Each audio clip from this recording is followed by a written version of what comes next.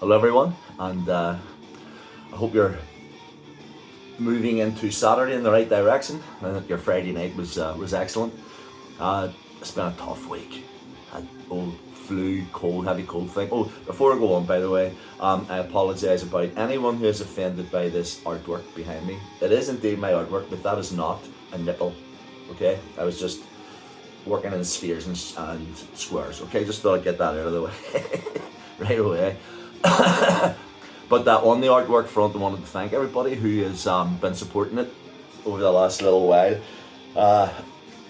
It's given me something to basically focus on, because obviously, everybody needs something outside of what their where their sort of safety net is.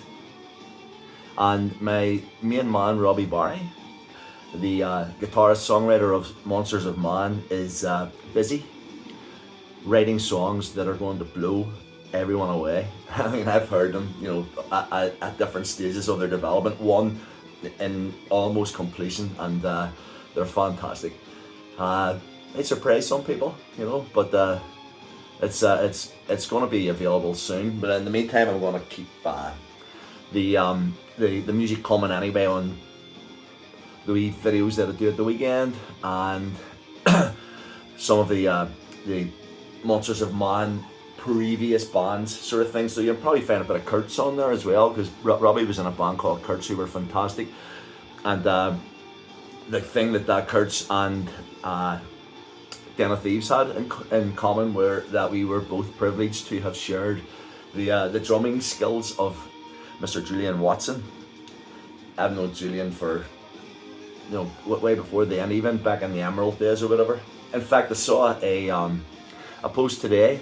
I think it was Paul from Derry, Paul McMonagall, put it up about the Thunder shows, and that they were taking place this weekend. And on the Thursday night, yeah, I was there, one of the 20. But you know something? I mean, I really was there. I promise you I was. I think I might even have have evidence somewhere of a photograph. But I've spoken to so many people who said that they were there, that there couldn't have been just 20 people at it. How could that have been the case? I mean, like 150 people have told me that they were there that night. But anyway, there was another similar night with Tony Martin, the singer from Black Sabbath. And once again, Thursday night, about 20 people or whatever. But the good thing about that Thunder setup was that the following January, Derwin actually touched on it, they decided to return to Northern Ireland and the South, only bigger venues except for the Rosetta. But that didn't mean to say that the Rosetta wasn't going to be bigger. There were just going to be a lot more people at it. So we played in I can't even remember the big place in Dublin, but it was a lot bigger than the Bag It Inn. Anyway, I think I played in it with a shanty one time, but it was a fantastic show, and I met the guys from No Sweat, and it was man.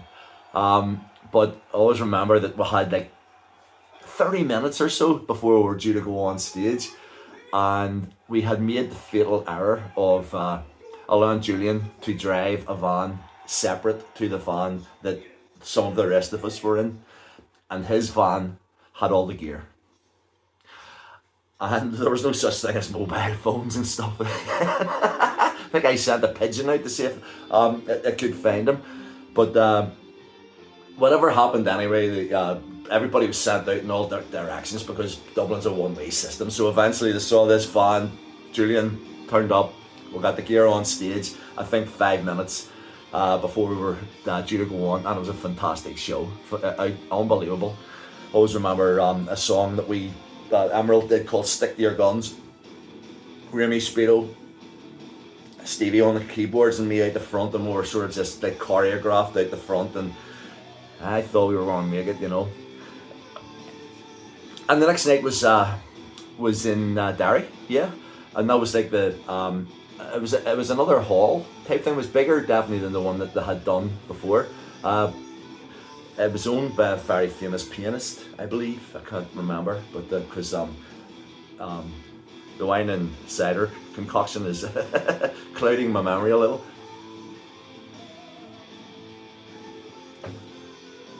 but that was a brilliant night as well. I remember we went back to the wee pub afterwards on the water side up the hill, and stayed there until like 3 in the morning, and Julian actually came out. We went back to someone's house for a little bit of an after the pub party, and Julian says, "You hungry?"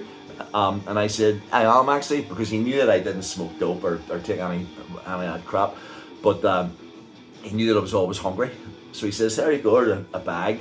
I opened up the brown bag, and there was the girl's budgie in the bag.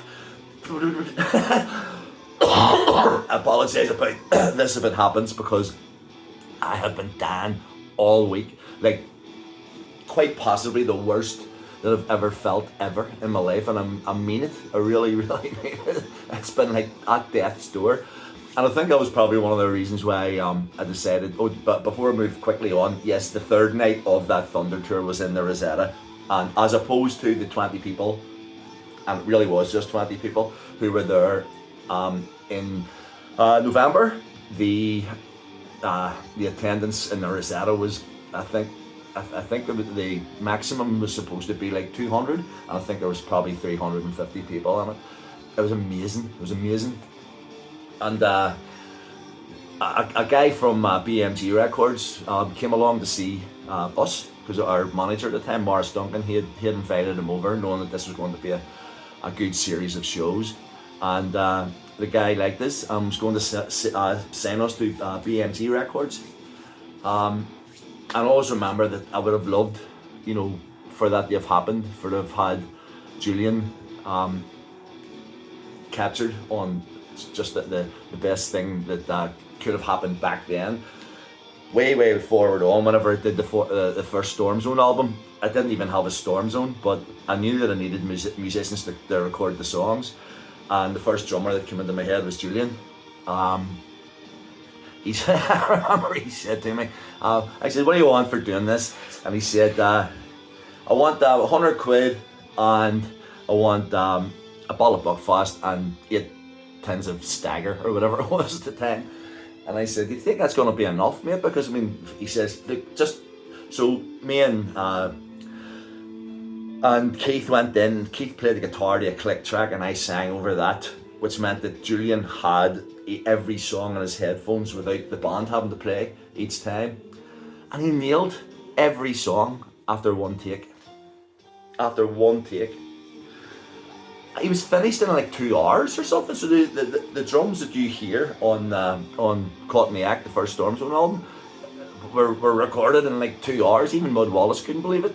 He was like ready to shut the shop up and get all these different microphones and got to get this resonance. We'll listen to them. Especially there was a song on called New World where Julian was able to do the double kickers and stuff. Man, by the end of it, just by the energy, because I think if he had done them twice, there would have been a lack of energy second time around, definitely third time around. So every single song on that first Storm Zone album, Caught in the Act, that's Julian playing first take. First time hearing the songs, by the way, which a lot of which he had played years before in Emerald, but it was the first time he'd heard the songs for years. He assured me, God love him, that he'd done his homework, but he didn't. But he still nailed it. So there's a lot of things happening on the songs that weren't on the original versions. But yeah, so Julian was a really nice guy, but he also leads us all to know that our lives are fragile, and even like Big Flinky, Big Trevor Fleming and Stevie Strange and my brother and whatever, we're only on this life for a short period of time, and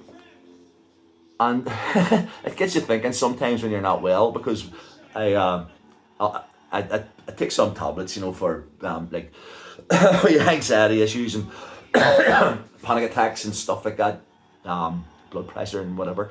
But because I had this chest thing, I had to take antibiotics. Now my ex-wife Margaret,